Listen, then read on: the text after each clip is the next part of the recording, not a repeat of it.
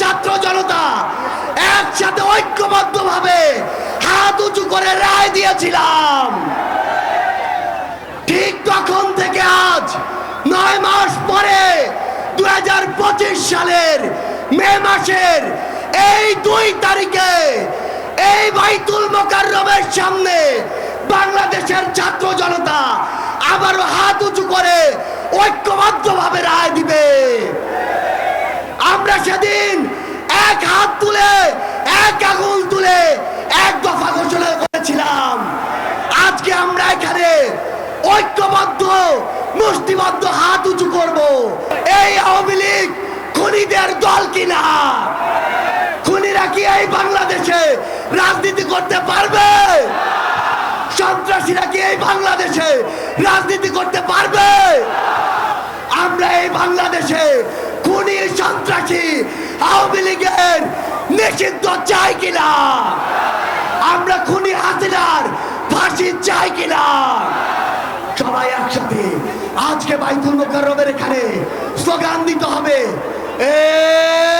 Action action, Awami লীগের বিরুদ্ধে, খুনিদের বিরুদ্ধে, সন্ত্রাসীদের বিরুদ্ধে ফাঁসি ফাঁসি ফাঁসি চাই, খুনি হাসিনার ফাঁসি চাই, ফাঁসি ফাঁসি ফাঁসি চাই, খুনি হাসিনার ফাঁসি চাই।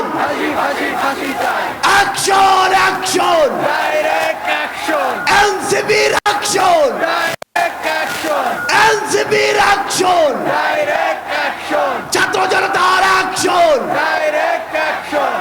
সবাই একসাথে বলতে হবে, ইনকিলাব ইনকিলাব, ইনকিলাব ইনকিলাব, দিল্লি না ঢাকা,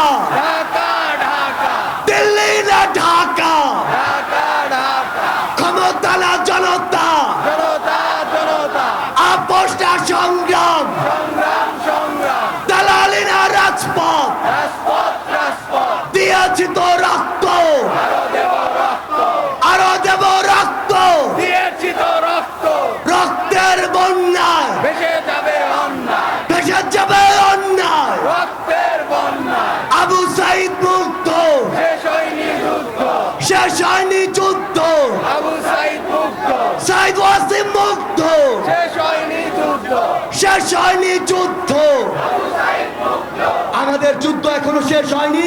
আমাদের এই লড়াই, এই যুদ্ধ ততদিন চলবে যতদিন না এই বাংলাদেশের মাটি থেকে খুনি সন্ত্রাসী আওয়ামী লীগ নিশ্চিহ্ন না হচ্ছে। ইনকিলাব জিন্দাবাদ। ধন্যবাদ জানাচ্ছি জনাব স্যার।